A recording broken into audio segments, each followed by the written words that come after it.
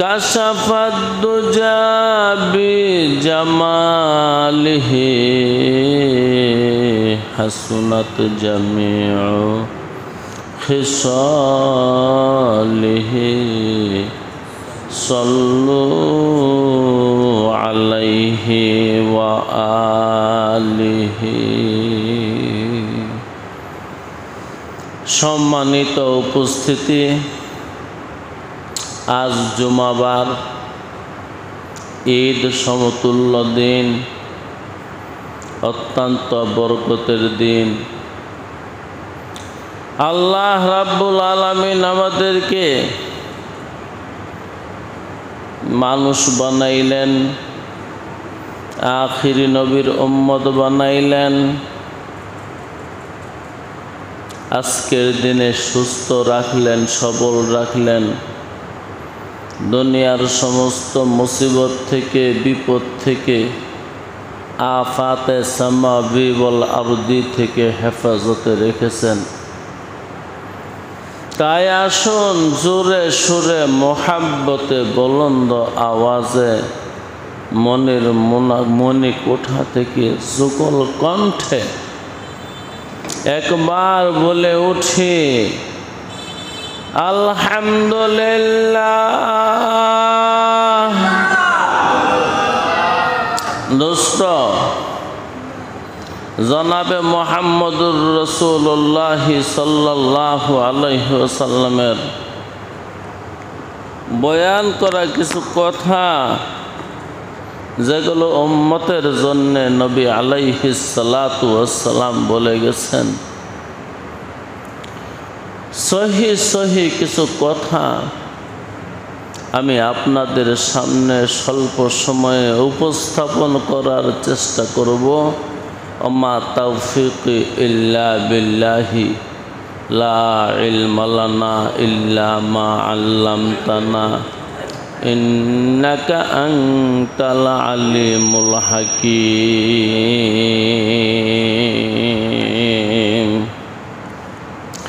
আনিল হারিস আল আশারি রাদিয়াল্লাহু আনহু ক্বালা ইন্না রাসূলাল্লাহি সাল্লাল্লাহু আলাইহি ওয়াসাল্লাম ইন্নাল আবদা আহসান মা ইয়াকুনু মিনাশ শাইতান ইযা কানা ফি যিকরিল্লাহি তাআলা।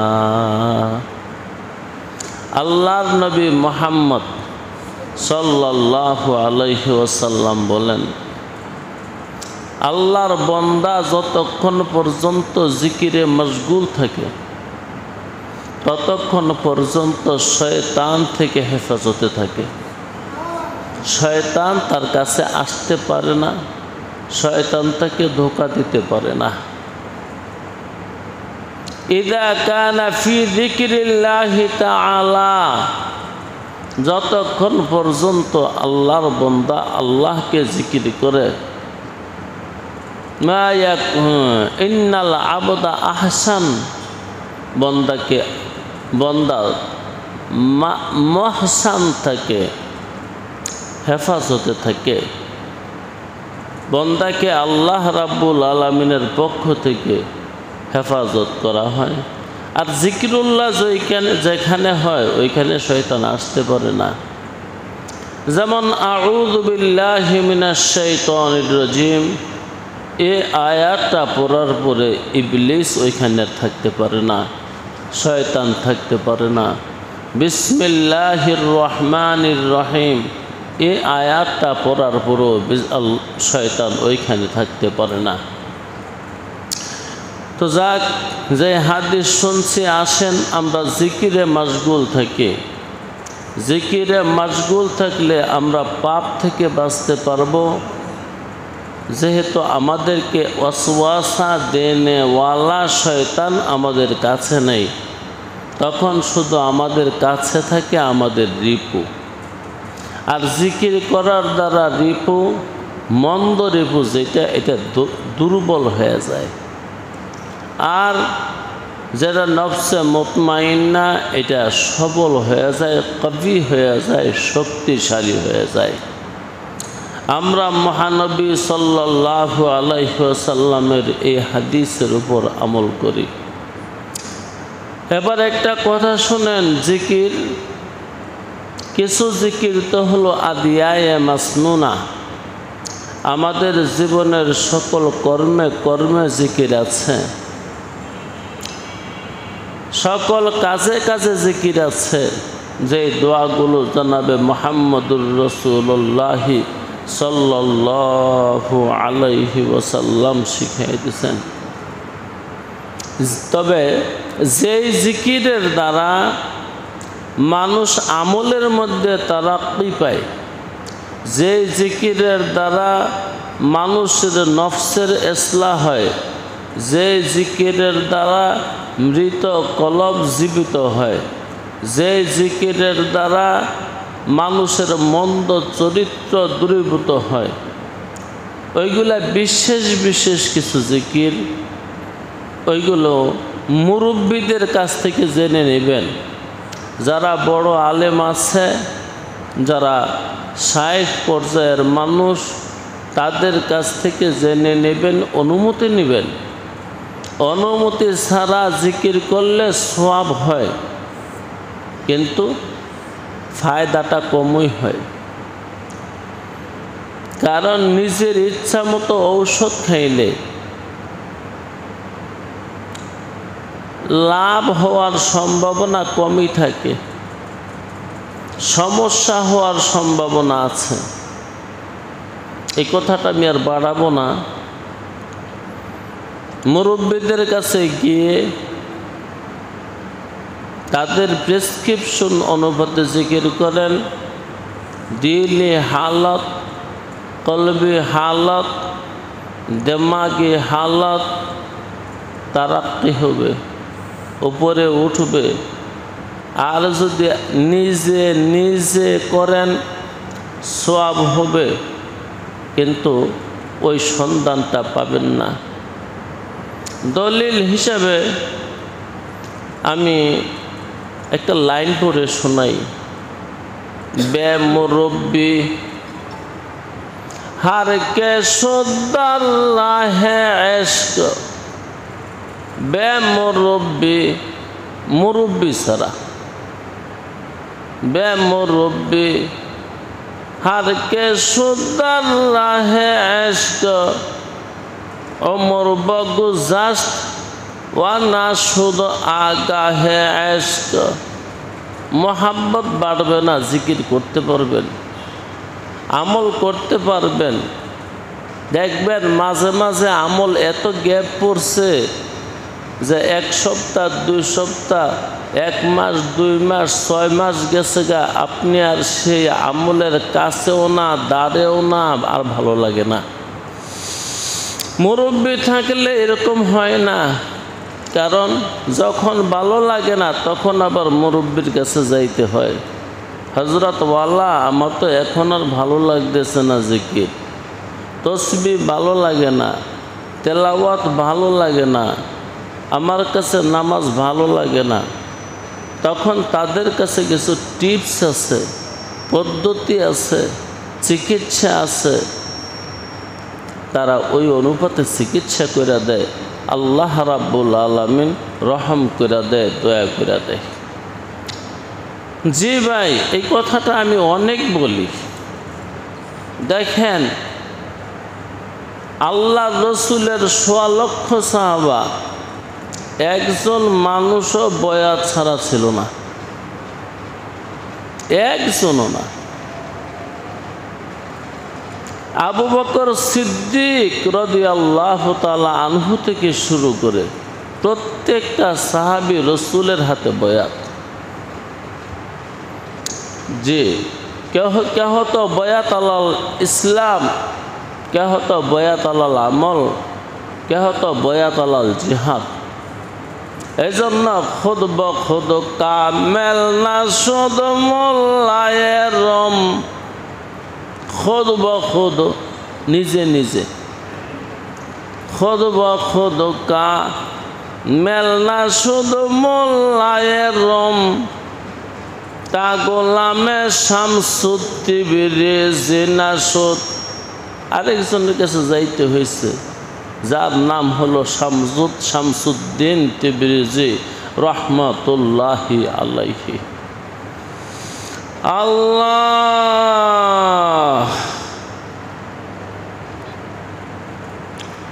وقال نبي الله صلى الله عليه وسلم من مشى إلى صلاة مكتوبة في الجماعة فهي كحجة জনাবে মুহাম্মদুর রাসূলুল্লাহ সাল্লাল্লাহু আলাইহি ওয়াসাল্লাম বলেন, যে মানুষটা ফরজ নামাজ জামাতের সাথে আদায় করার জন্য রওনা করেছে, সে মানুষটা যেন বাইতুল্লাহ হজ করার জন্য রওনা করছে।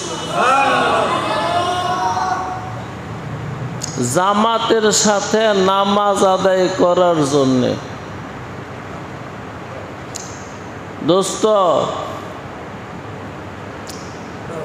জামাতের সাথে নামাজ আদায় করার গুরুত্বটা অনেক বেশি। এই ব্যাপারে অনেক হাদিস আসছে।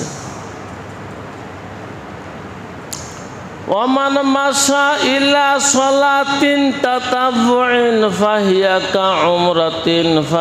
কা উমরাতিন। আর সেই ব্যক্তি নফল নামাজ পড়বে এই জন্য মসজিদের দিকে রওনা করছে, নবী মুহাম্মদ সাল্লাল্লাহু আলাইহি ওয়াসাল্লাম বলেন, তার মর্যাদা হলো ওই ব্যক্তির মতো যে ব্যক্তি উমরা করার জন্য রওনা করছে। আল্লাহ ভাইও, জামাতের সাথে নামাজ পড়া সুন্নতে মুআক্কাদা। ছাইরা দিলে কবিরা গুনাহ হয়, মনে রাখতে হবে। জামাতের সাথে নামাজ পড়া নফল, সুন্নতে মুআক্কাদা। ছাইরা দিলে কবিরা গুনাহ হয়, কিন্তু আপনি কেন ছাড়ছেন ওইটার জন্য শরীয়তে কিছু কারণ দিছে। নুরুল ইজাহ ফিকার একটা কিতাব আছে, ওইখানে 18টা কারণ লিখছে। 18 কারণের যে কোনো একটা কারণ পাওয়া গেলে আপনি জামাতে না গেলেও শরীয়ত আপনাকে ছুটি দিচ্ছে। একটা ভয়াবহ কথা শোনেন, সেটা হলো ইমামতির জন্যে ইলমে কেরাত শর্ত। যে মানুষটা নামাজ পড়াবে তার কেরাত সহি হওয়া শর্ত। যদি কেরাত সহি না হয়, তার নামাজও হয় নাই, যারা পিছনে ইক্তেদা করছে তাদের নামাজও হয়নি। এজন্য দেখা যায় আমরা বড় বড় জায়গার মধ্যে নামাজ পড়ে দেখছি পড়া গলত, পড়া সহি না। সম্ভবত ওই মানুষটা আলেম হয়েছে, কিন্তু যারা সনদপ্রাপ্ত কারি তাদের কাছে মস্ক করে নেই। মস্ক না করার কারণে হায়ে হাওয়াজ আর হায়ে হত্তি সেগুলো ব্যবধান করতে পারে না। ফা আর সিন ব্যবধান করতে পারে না। যা আর জিম ব্যবধান করতে পারে না।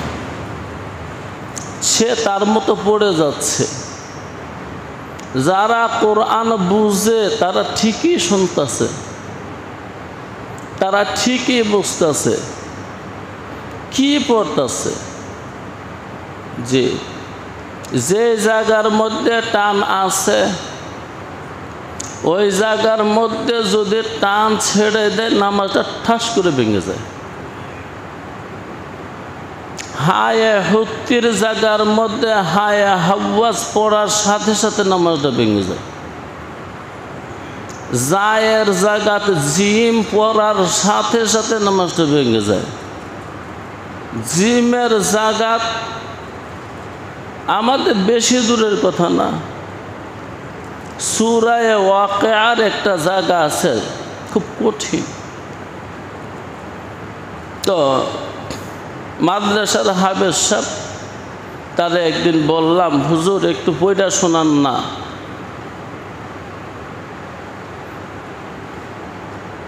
তো তিনির মতো করে পড়া শুরু করলেন। আমি বললাম এখান থেকে একটু পড়েন। যে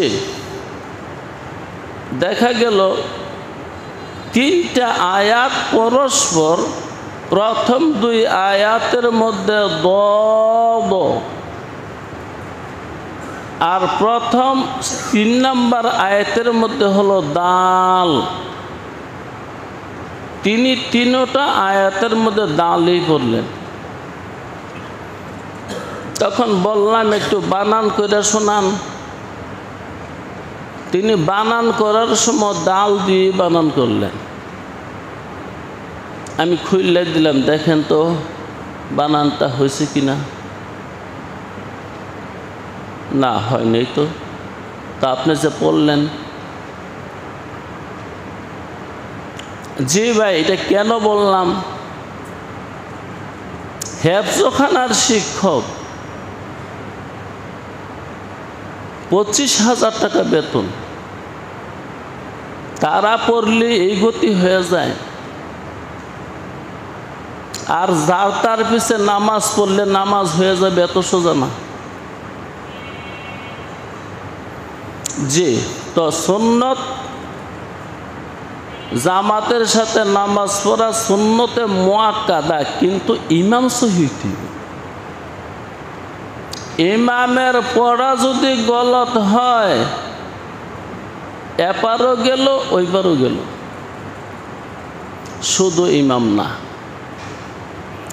আমাদের এলাকার মধ্যে এমন মসজিদ কমই আছে যে সঙ্গে মুয়াজ্জিন আছে। শুধু একজন ইমাম রাইখা তো তিনি আজানও দেয়, তিনি ইমামতিও করে, তিনি সবই করে। আরে ভাই, তো আজান দিবে কি? যে ইমামতির জন্য যেই শর্ত, আজানের জন্য একই শর্ত। যারে দিয়া ইমামতি হবে না, তাকে দিয়া মুয়াজ্জিনও চলবে না। কারণ ইমামতির জন্য যেই শর্ত, আজান দিয়া যিনি মুয়াজ্জিন হন, একামত দেন, একই শর্ত, একই শর্ত। কারণ আজান তো এটা কোনো গীত না, এইটারও তো আলফা সহিব। যেমন কেউ একামত দেয়, হায়ালাস ফালা, হায়ালাস ফালা, হায়ালার ফালা, হায়ালার ফালা। জি ভাই, একামত দেওয়াটা সুন্নতে মুআক্কাদা ছিল, একামতটা হলো না। কারণ যিনি একামত দিচ্ছেন তিনি প্রশিক্ষণপ্রাপ্ত ইমামও নয়, মুয়াজ্জিনও নয়।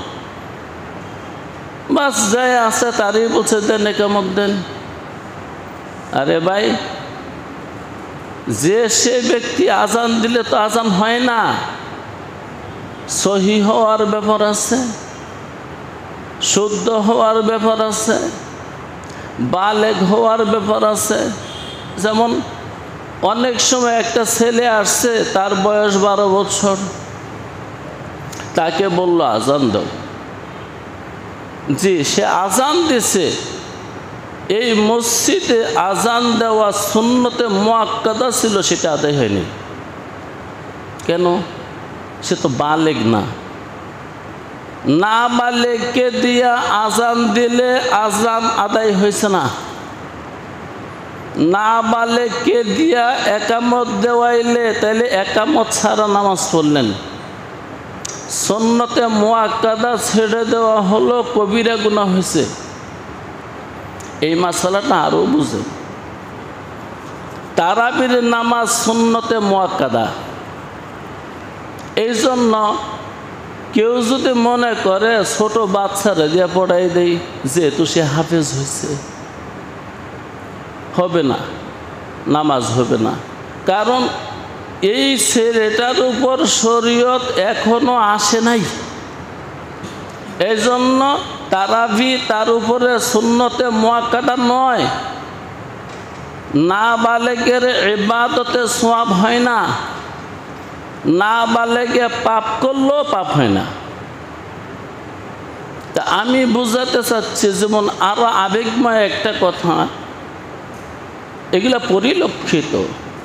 বাবা মারা গেছে, ছেলের বয়স 13 বছর, মাদ্রাসায় পড়ে।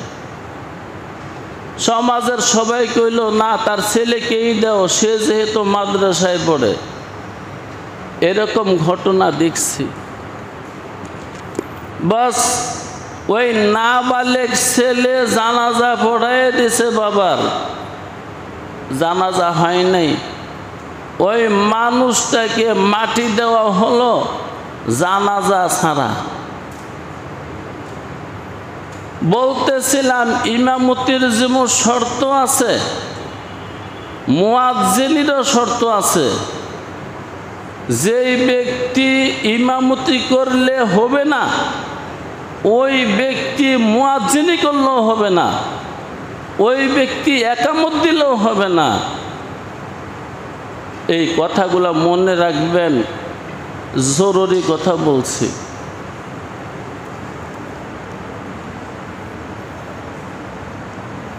ওয়াকালা রাসূলুল্লাহ সাল্লাল্লাহু আলাইহি ওয়াসাল্লাম আল বাখিলুল্লাযী মান যুকিরতু ইনদাহু ফালাম ইউসাল্লি আলাইয়া, রাওয়াহু তিরমিজি। আল্লাহর নবী মুহাম্মদ আরবি সরওয়ারে কায়নাত সাল্লাল্লাহু আলাইহি ওয়াসাল্লাম বলেন, যে ব্যক্তির সামনে আমার নাম উচ্চারণ হয়েছে মুহাম্মদ, সে মানুষটা দুরূদ পড়ল না, ফালাম ইউসাল্লি আলাইয়া, ওই মানুষটা আমার উপরে দুরূদ পড়ল না, ওই মানুষটার নাম বখিলের খাতায়, কৃপণের খাতায় লিখে দেওয়া হয়। ভাইও, আজ জুমাবার হাদিস শরীফে আছে, আল্লাহর নবী মুহাম্মদুর রাসূলুল্লাহ সাল্লাল্লাহু আলাইহি ওয়াসাল্লাম উম্মতকে আদেশ করছেন, জুমাবার দিন তোমরা দুরূদ শরীফ বেশি বেশি পড়ো। জুমাবারে দুরূদ বেশি পড়ো, আমার কাছে পাঠায়া দেওয়া হয় খবর সহকারে, ব্যক্তির নাম ঠিকানা সহকারে।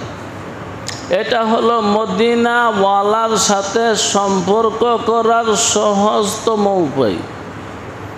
দুরূদ শরীফে মাশগুল থাকা, কাসরত অধিক পরিমাণে দুরূদ শরীফ পড়ার দ্বারা মদিনা ওয়ালার সাথে সম্পর্ক হয়ে যায়।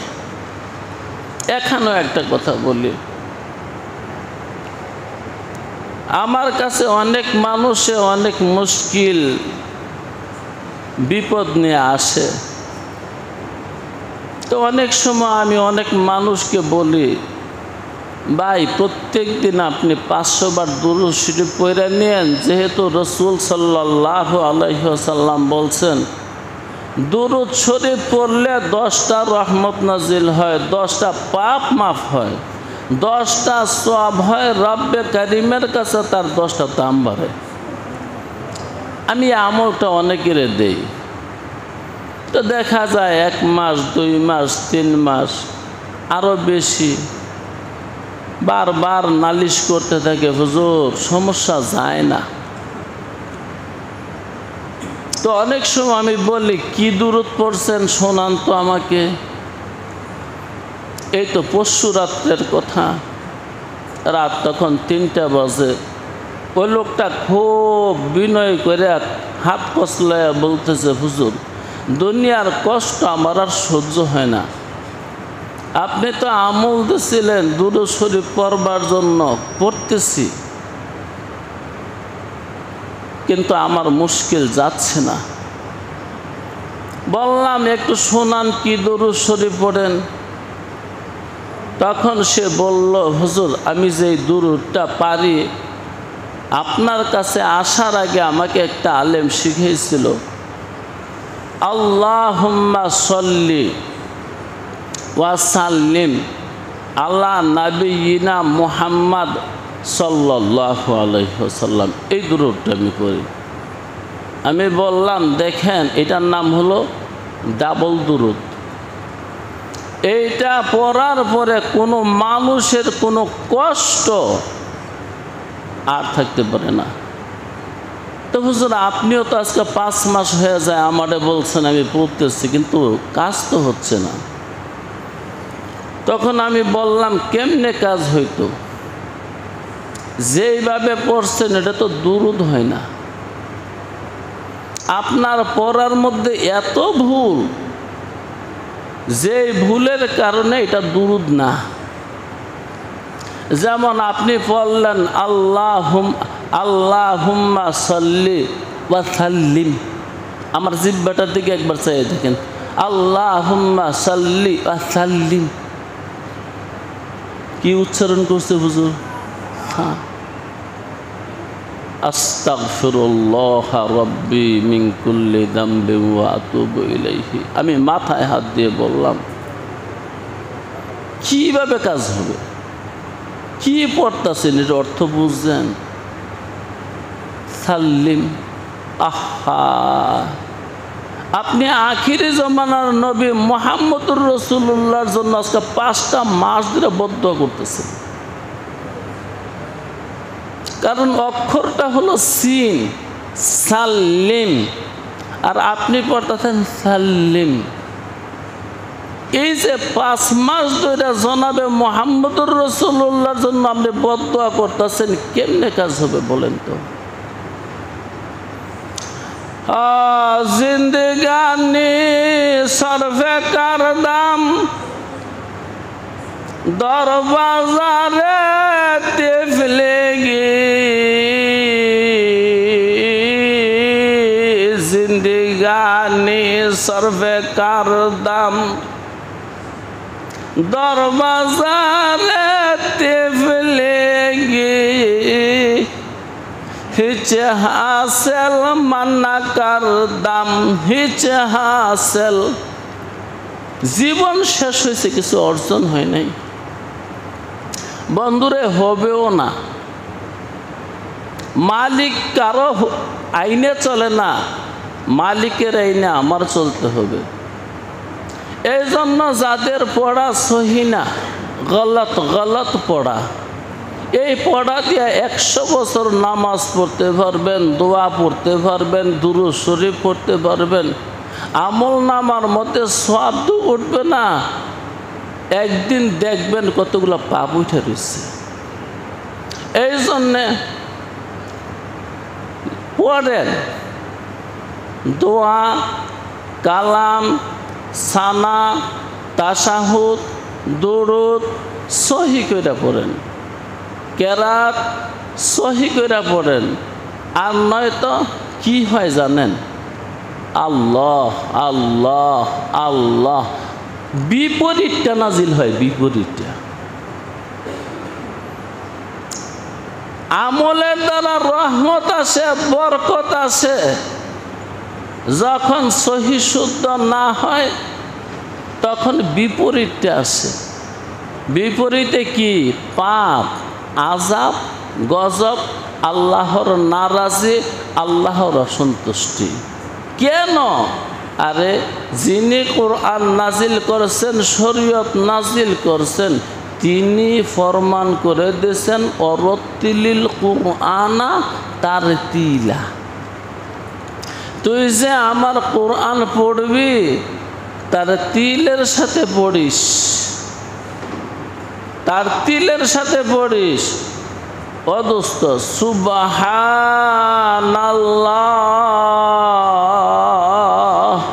এটা কি কোরআনুল কারিমে আছে না নাই? আছে। যদি থাকে এটা কোরআনের অংশ, শুদ্ধ করেই পড়তে হবে। পড়লে সুবহা, এটা সিন, কেউ যদি থা পড়ে অথবা অস্পষ্ট পড়ে সুবহানাল্লাহ, সুবহানাল্লাহ, হাটা পড়লো না, হায় হাওয়াজ পড়লো সুবহানাল্লাহ। আল্লাহ শব্দের আলিফের মধ্যে টানলো না। দোস্তরে 100 বছর তুই তসবিহ পড়, খোদার জাতের কসম একটা সব পাবি না। কালিমায়ে কুফর দিয়া আমল নামাটা ভরে ভরপুর হয়ে গেছে। ওয়া আখির দাওয়ানা আলহামদুলিল্লাহ।